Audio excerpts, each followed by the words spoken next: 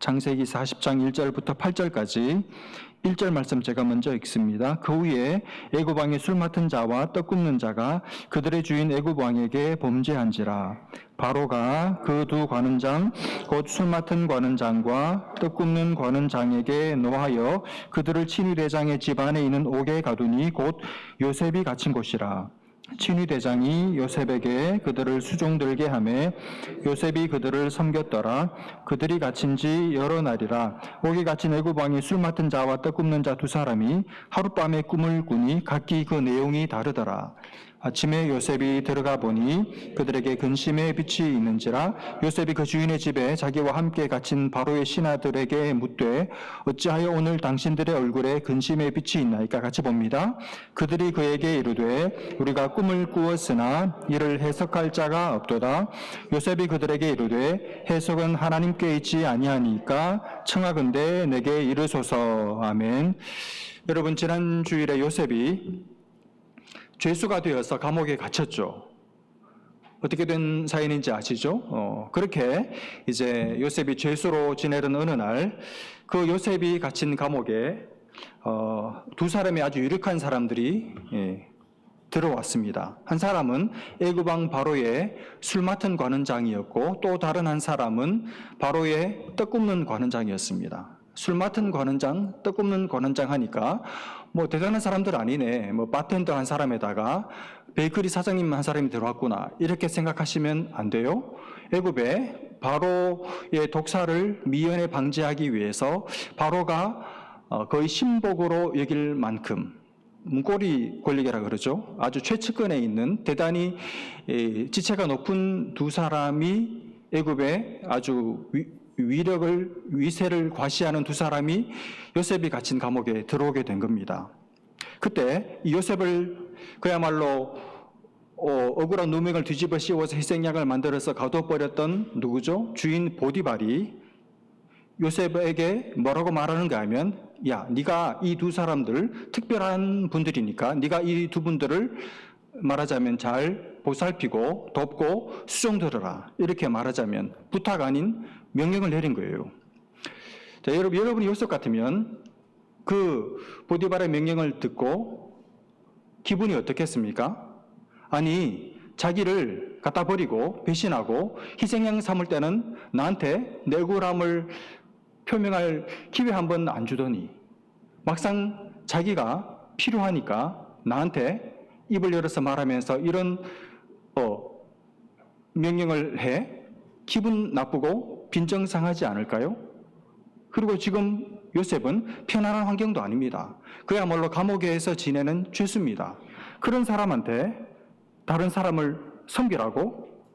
그랬을 때 요셉의 마음속에 내가 이 두 분들을 잘 모시고 복양하고 받들고 섬길 그런 마음이 생길까요?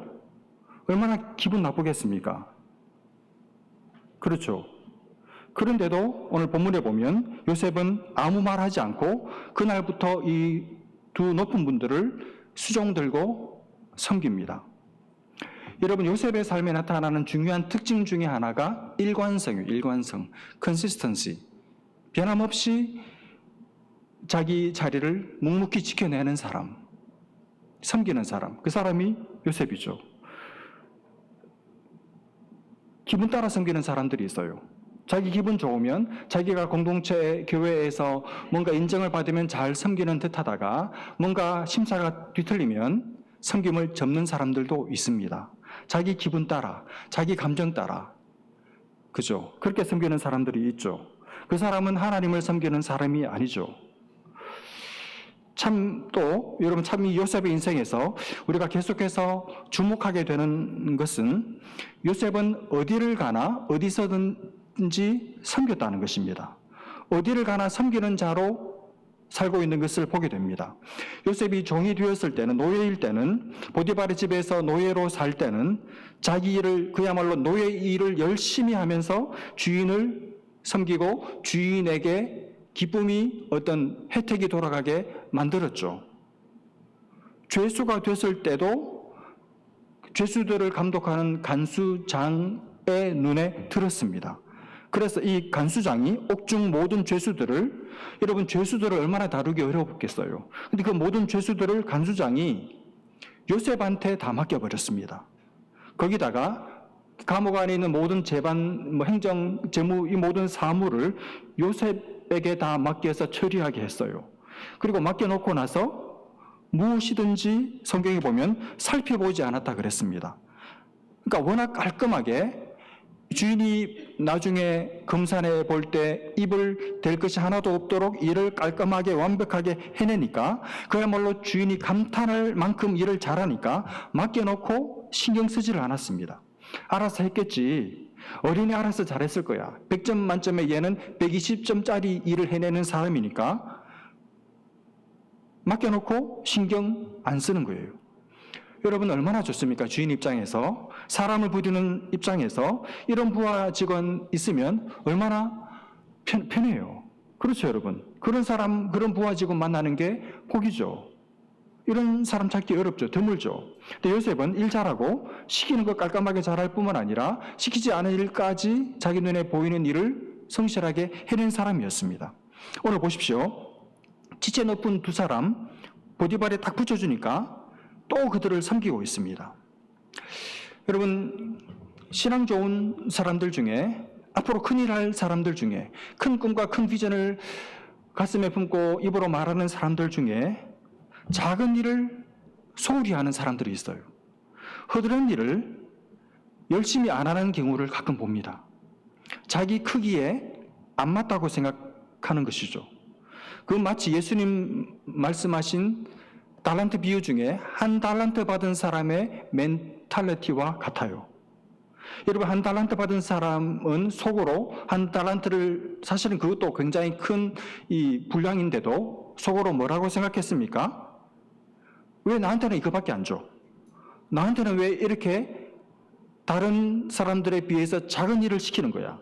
내가 누군데? 이 마음이 있는 거죠. 그래서 자기한테 작은 일을 부여한 그 주인에 대해서 좋지 않은 마음을 가지고 그 한 달란트를 어떻게 합니까? 땅에 묻어버리잖아요. 그러면서 자기는 5달란트, 아니 그 이상 받아야 될 사람이라고 생각하면서 헛된 허영심에 부풀어 있습니다. 그러면서 맨날 자기 꿈 이야기를 하고 자기의 비전을 이야기하고 나는 앞으로 큰 인물 될 사람이라고 생각하면서 현실에 지금 당장 자기에게 맡겨진 그 작은 일은 하지 않아요. 결국 주인이 돌아와서 이 한 달란트 받은 사람에게 어떻게 말합니까? 악하고 게으른 종아, 혼나지 않습니까? 주인의 인정을 못 받아요. 큰 꿈을 가지고 있는데 현실을 무시했기 때문에 주인의 버림을 받습니다. 여러분, 하나님을 신실하게 섬기는 하나님의 백성들에게 큰 일, 작은 일이 어디 있습니까? 큰 일이 따로 있고 작은 일이 따로 있습니까? 예수님처럼, 예수님 그렇게 말씀하셨죠. 앉아서 먹는 자가 크냐? 섬기는 자가 크냐? 앉아서 먹는 자가 아니냐? 야, 세상에서는 그렇지. 당연히 앉아서 대접받는 사람이 높은 사람이고 그 사람을 서브하는 사람이 낮은 사람이지. 세상에서는 그렇지. 너희들도 사실은 서브하는 사람보다 앉아서 대접받는 사람이 되고 싶지. 그 다음 하신 말씀이 뭡니까? 그러나 나는 섬기는 자로 너희 중에 있느니라. 나는 너희들을 섬기러 왔고 섬기고 있고 나의 섬김의 절정은 십자가의 나를 희생 제물로 너희를 위해서 주는 거야. 나는 섬기는 자야. 여러분, 예수님만큼 인류 역사상 큰 분이 있었습니까? 누가 큰 사람입니까? 큰 일을 하는 사람이 큰 사람이 아니라 섬기는 사람이 큰 사람이에요.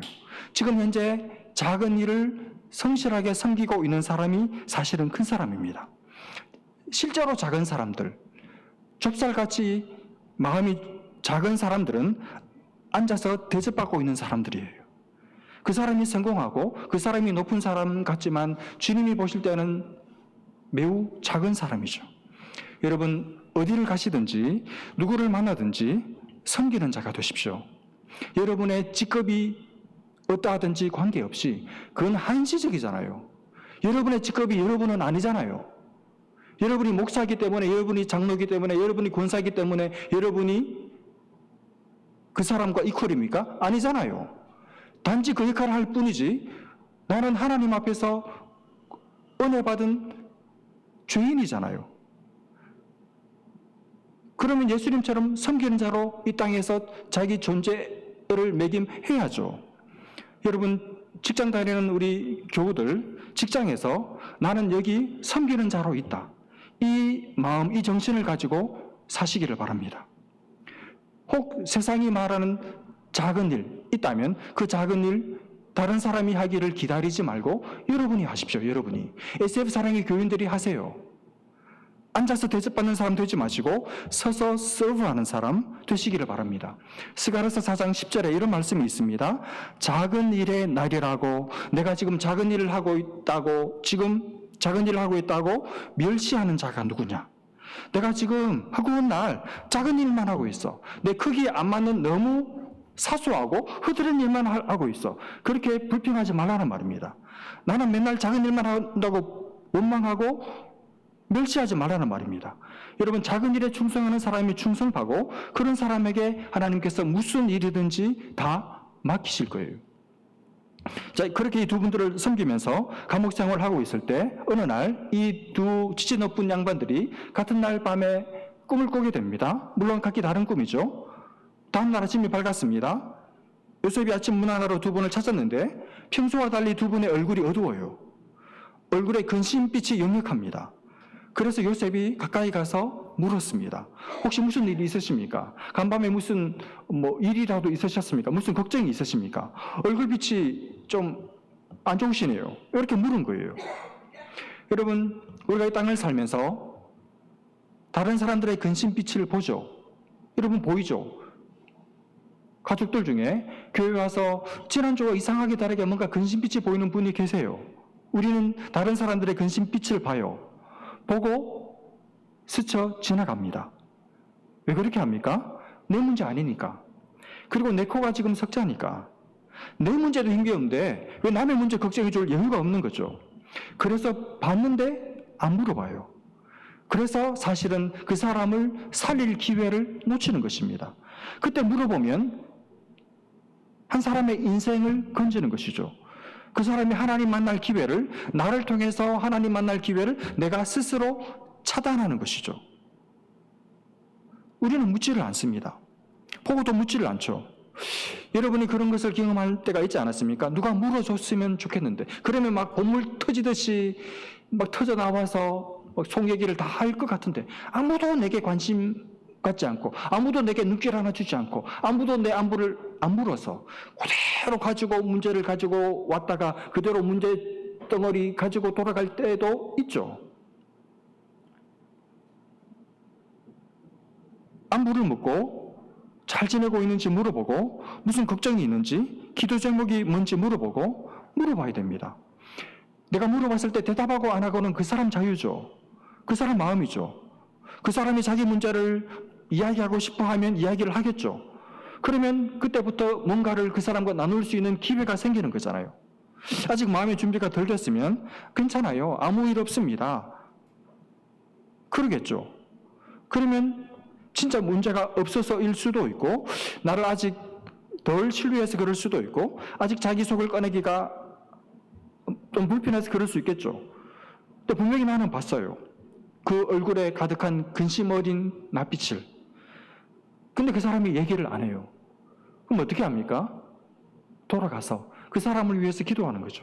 하나님, 뭔지는 모르겠지만 지금 그를 누르고 있는 마음의 무거운 짐, 마음을 들이고 있는 그 어둠의 그림자, 주님 물러가게 하시고 그가 가벼운 마음으로, 기쁜 마음으로 살게 도와주세요. 기도하는 것이죠. 요셉의 귀한 점은 일단 봤습니다. 보고 넘기지 않고 물었습니다. 그랬더니 이 두 사람이 이야기를 하는 거예요. 여러분 생각해 보십시오. 평상시 같으면 요셉이 이 두 지지 높은 분들을 만날 수야 있습니까? 만날 일이 없죠. 왕의 최측근 최고 권력자들하고 지금 노예 출신의 죄수하고 강간 미수범 죄수하고 어떻게 만나요? 만날 일이 없습니다. 만나가지고 그런 요셉한테 자기 문제를 털어놓을 리가 없죠. 있을 수도 없는 일이죠. 근데 지금 이 두 양반들이 말하자면 마음이 확 낮춰져 버렸으니까 자기들 꿈 때문에 자기들이 가지고 있는 인생 문제 때문에 마음이 확 지금 낮춰져 버렸으니까 그 말도 안 되는 평상시 같으면 쳐다보지도 않을 요셉한테 자기들 문제를 털어놓는 거예요. 이런 걸 보면 우리 인생에 찾아오는 문제, 우리 인생에 들이오는 어려움이 꼭 나쁜 것만은 아닌 것 같아요. 그 고난, 그 어려움으로 인해서 높아졌던 마음이 확 떨어지게 되고 낮춰지게 되고 고난이 사람의 마음을 가난하게 만들고 고난이 사람의 마음을 낮추게 하고 그래서 평상시 같으면 졸리던 하나님의 말씀이 생명수처럼 내 귀에 들리게 되고 말씀의 귀를 기울이게 되고 하나님의 얼굴을 찾게 만드는 힘이 우리 삶에 가끔씩 찾아오는 고난, 어려움인 것 같아요. 오늘 이 하나님을 모르는 이방인 두 고난자들에게 찾아온 이 고난으로 인해서 이들의 마음이 지금 낮추어졌고 물같이 녹은 것을 보십시오. 하나님은 믿는 우리에게도 고난을 통해서 하나님 앞에 가까이 나오라고 부르시지만 때로는 안 믿는 분들의 인생에도 하나님은 찾아가셔서 개입하시는 분입니다. 그들의 삶에 고난을 주셔서 하나님을 생각하도록 자기 인생을 한번 돌아보도록 그래서 하나님을 찾고 그분에 대해서 궁금증을 품고 그래서 하나님을 찾게 하셔서 하나님을 만나게 하시는 그런 하나님이시죠. 여러분 주위에 아직 하나님을 안 믿는 분들의 인생에 관심을 가지시기를 바랍니다. 그들의 삶의 고난을 만났을 때 여러분이 옆에 있어 주십시오. 그래서 그들이 하나님에 대해 질문을 가질 때 하나님을 궁금해할 때 요셉처럼 도와줄 수 있는 그런 사람이 되시기를 바랍니다. 여러분의 도움을 통해서 하나님 앞에 나와 하나님을 만날 절호의 기회를 얻게 될 거예요. 이제 그들이 문제의 핵심을 이야기합니다. 밤에 꿈을 꿨다는 거예요. 근데 문제는 꿈을 꿨고 그 꿈의 내용도 선명하게 기억나는데 문제는 그 꿈의 의미를 모르겠다는 것입니다. 꿈을 해석해 줄 사람이 없다는 거예요. 그때 요셉이 굉장히 당찬 이야기를 합니다. 뭐라고 말하는가 하면 해석해 줄 사람이 없다고요? 해석은 하나님께 있습니다. 그러니 제게 한번 무슨 꿈을 꾸셨는지를 말씀해 보시죠. 이렇게 말하는 거예요. 여러분, 요셉의 이 태도, 이 말 어떻게 생각하십니까? 어떤 요셉의 이 반응을 놓고 어떤 의문이 들지 않으세요? 마치 자기가 다른 사람이 꾼 꿈을 해석해 줄 수 있는 사람인 양 말하고 있잖아요.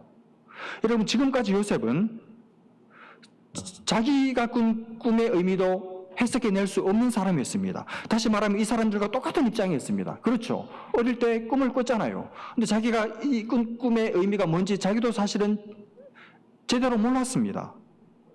그런데 무슨 일이 있었는지 모르지만 이제는 마치 자기가 하나님의 도움으로 다른 사람들의 꿈의 의미를 해석해낼 수 있는 사람인 양, 예언자인 양 말하고 있습니다. 무슨 변화가 있었던 걸까요? 이 당시 애굽 사람들에게 꿈은 미래를 알려주는 하나의 중요한 계시적인 방편이었습니다. 그래서 어떤 꿈을 꾸면 그 꿈을 해석해주는 책, 해몽서, 혹은 그 꿈을 해석해주는 사람, 해몽사가 있었어요. 만약에 이 사람들이 감옥 안에 갇혀 있지 않고 바깥에 있었다면 해몽서를 통해서 꿈의 해석에 도움을 받거나 해몽사를 찾아가서 꿈의 해석에 도움을 받았겠죠. 근데 지금 감옥에 갇혀 있어서 도대체 이 꿈의 의미를 해석해낼 수가 없습니다.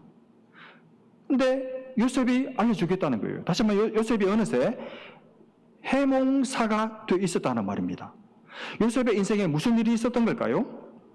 여러분, 요셉은 계속해서 지금 이 고난의 현장에 있으면서 노예 생활을 하고 죄수로 삶을 살아가면서 이 밑바닥 생활을 계속해 오면서 하나님으로부터 꿈을 해석해내는, 말하자면 그런 은사를 받은 거예요. 꿈 해석의 은사를 받은 겁니다.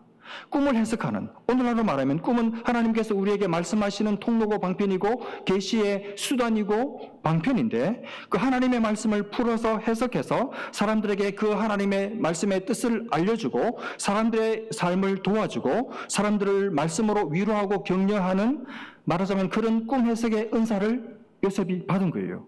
근데 그 은사를 그냥 그대로 내버려 두고 사장시켜 두지를 않고 그 은사를 삶의 현장에서, 밑바닥 속에서 삶의 문제를 가지고 신음하고 억울함을 가지고 있는 사람들에게 찾아가서 그들이 어떤 인생의 문제 꿈을 꾸었을 때 스스로 해석하지 못하는 그 사람들에게 자기가 가진 은사를 가지고 그 꿈을 해석하고 풀어주는 일을 지금까지 계속해 오고 있었다는 말입니다. 마치 다윗하고 비슷해요. 여러분, 다윗이 사역을 하는 가운데 이스라엘 백성들 가운데 마음이 원통한 사람들, 경제적으로 빚진 사람들, 억울한 누명을 쓴 사람들, 그런 많은 사람들이 다윗 주변으로 몰려들어서 함께 공동생활을 하던 때가 있었죠. 어떤 동굴입니까? 아둘람 동굴. 아둘람 굴에 이 사회에 억울함을 가진 사람들이 몰려 들어와가지고 함께 공동생활을 할 때 그들을 육신적으로 밥을 해 먹이기도 했지만 한 사람 한 사람의 고통의 삶의 사연을 다 귀담아 들으면서 그들을 하나님의 말씀으로 상담해주고 고민해주고 조언해주면서 그들의 삶을 도왔던 것과 똑같이, 그러면서 다윗의 리더십, 다윗의 사람을 대하는 해안이 띄어지고 밝아졌던 것과 똑같이 지금 요셉도 밑바닥에 있는 사람들, 이 사람들이 자기가 무능해서 이 바닥으로 떨어진 것이 아니고 사회의 부조리에 억울하게 짓밟혀서 억울한 누명을 뒤집어 써서 자기처럼 그런 사람들의 삶을 꿈을 해석해주는 방식으로 돕고 섬기면서 사람을 제대로 자기 은사를 가지고 섬길 줄 아는 사람으로 은사가 개발되어 왔던 거예요. 처음에는 좀 틀리기도 하고 안 맞기도 하고 헛다리 짚을 때도 있었겠죠. 그렇지만 점점 사람들을 자기 은사로 섬기는 가운데 은사가 개발이 되고 은사가 성장하면서 나중에 폭발적으로 이 은사가 쓰임받게 된 것이죠. 그래서 이렇게 말하는 겁니다. 꿈의 해석은 하나님께서 하실 겁니다. 근데 제게 말씀해 주시면 제가 하나님의 영의 도움으로, 하나님의 영의 감동으로 잘 한번 풀어서 두 분 얼굴에 드리운 그 근심의 빛을 제가 싹 사라지게 할 수 있을 것 같습니다. 한번 말씀해 보시죠. 이렇게 당차게 이야기하고 있는 거예요. 자기 꿈 하나 해석하지 못하던 요셉이 이제는 다른 사람들의 꿈을 해석해서 그 사람들의 삶을 도와주는 사람으로 변모해 있는 모습을 오늘 우리는 본문에서 봅니다. 여러분, 저는 요셉의 바로 이 변화되고 성장한 이 모습이 대단히 인사이트풀하다고 생각해요. 우리가 밑바닥을 통해서 경험할 수 있는, 우리가 밑바닥 생활을 하면서 우리가 개발해야 하는 가장 중요한 것이 바로 이거라고 생각해요. 나의 은사를 활용을 하면서 사람들에게 적용을 하면서 써가면서 내 은사가 개발이 되는 거예요. 다시 말하면 하나님의 말씀을 잘 깨달아서 깨달은 말씀을 가지고 안 믿는 사람들의 삶을 내 삶의 현장에서 도와주고 섬겨서 그 사람들의 삶을 복되게 만들어주는 것, 거기에 하나님의 꿈이 있었던 것이죠. 여러분 중에 제 이야기를 들으면서 아마 이렇게 반문하고 싶은 분이 계실지 몰라요. 목사님, 그건 목사님 당신의 잡 아닙니까? 그 목사님이 하는 일이죠. 목사님이 말씀을 연구하고 풀어서 해석해서 우리의 삶을 윤택하게 하는 일은 목사님의 잡이잖아요. 저희 대답은 반은 맞고 반은 틀립니다. 여러분, 요셉의 직업이 뭡니까? 요셉의 직업? 여러분, 요셉이 성직자입니까?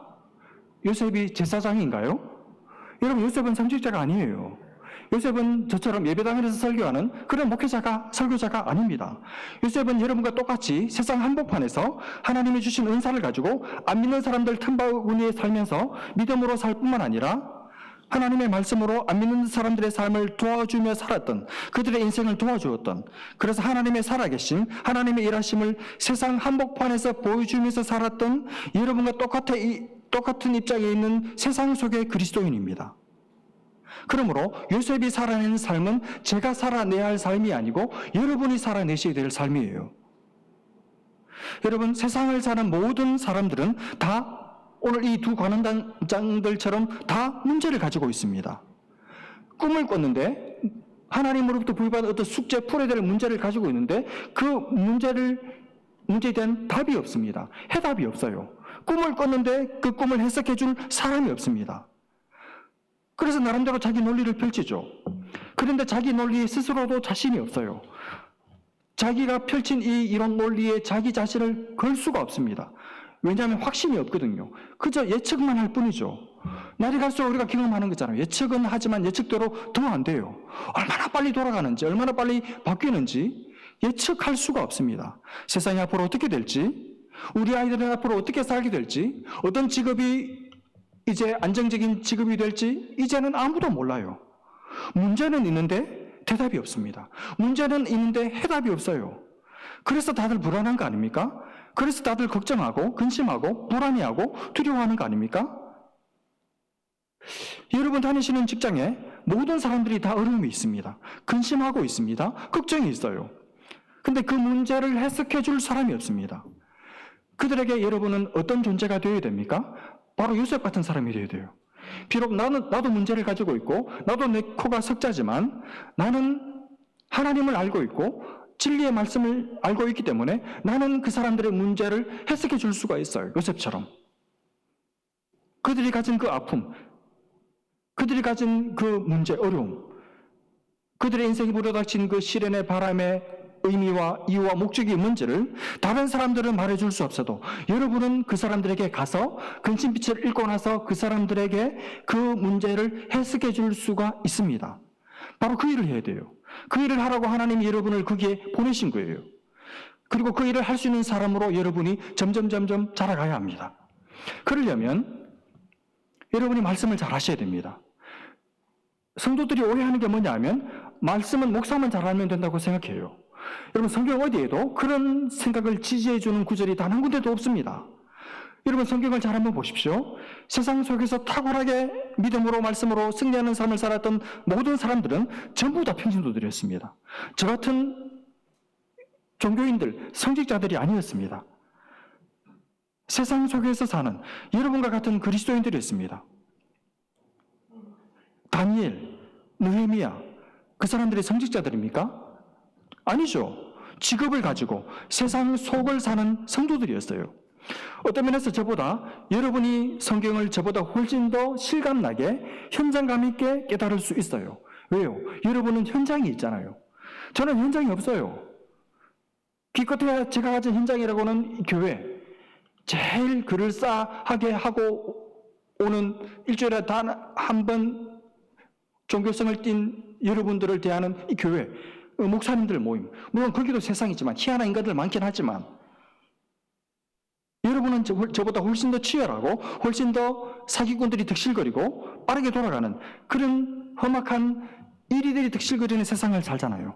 문제가 수도 없이 많은 세상을 사람들 틈바구니 속에서 살잖아요. 그런데 하나님의 말씀에 무지하다? 하나님의 말씀을 가지고 내 삶을 해석해낼 능력이 없다? 무슨 재주로 살아요? 여러분 제가 알고 있는, 제가 만난, 지금도 깊이 교제하고 있는 모든 세상 속에서 신실하게 살아가는 성도들은 전부 다 자기 일에 성실한 사람들입니다. 일관성 있게 충성된 사람들입니다. 그리고 탁월한 사람들입니다. 그 맨 밑바닥에 뭐가 있는지 아세요? 하나님의 말씀에 대한 저 같은 이론적인 지식이 아니라 살아있는 지식, 현장 지식, 말씀에 대한 뜨거운 열정, 말씀에 대한 따끈따끈한 체험, 은혜에 대한 목마름과 사모함, 이게 밑바닥에 있는 사람들이에요.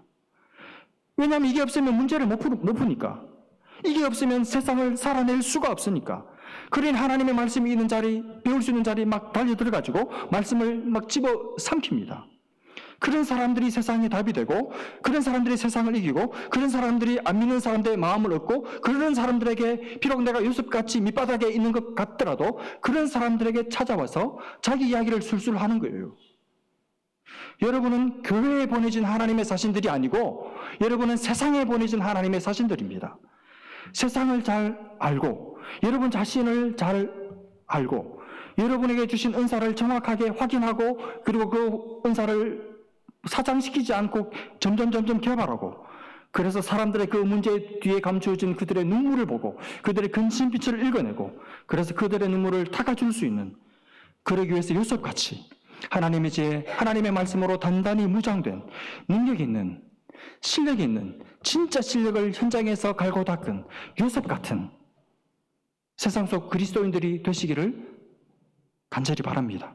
여러분이 있어서, 요셉이 있어서 그 보디발의 집이 복을 받고, 요셉이 있어서 이두 관원장이 마음이 시원해진 것처럼 여러분이 있어서 여러분이 그곳이 복을 받는, 여러분을 만나는 사람들의 근심이 봄눈 녹듯이 사라지는, 사람들의 문제를 풀어주는 능력이 있는 그리스도인으로 세상 속에서 자라가고 쓰임받고 현장에서 단련되는 믿음의 사람들, 여러분의 그 아픈 고난들이 남들에게 귀한 약이 되는 성도들 다 되시기를 주님의 이름으로 축복합니다. 기도하겠습니다. 하나님 아버지, 목회자들이 너무나도 욕심을 많이 부려서 이 탁월한 하나님의 사람들을 교회 안에 가두어 놓아서 세상에 나가서는 맥을 못 추는, 세상에 나가서는 세상 사람들 뒷공무니만 쫓아가는 그런 빈약한 그리고 무능한 사람들로 만들어 놓았습니다. 하나님, 우리 SF 사랑의 교회 다시 이 일을 돌이킬 수 있도록, 역전시킬 수 있도록, 그래서 귀한 성도들을 세상에서 능력을 발휘하는, 세상에서 빛이 되는, 세상 사람들에게 그 근심빛을 사라지게 만드는 능력 있는 하나님의 사람들로 키워낼 수 있는 그런 교회 되도록 우리에게 은혜를 베풀어 주옵소서. 믿고 감사하며 예수님의 이름으로 기도합니다. 아멘.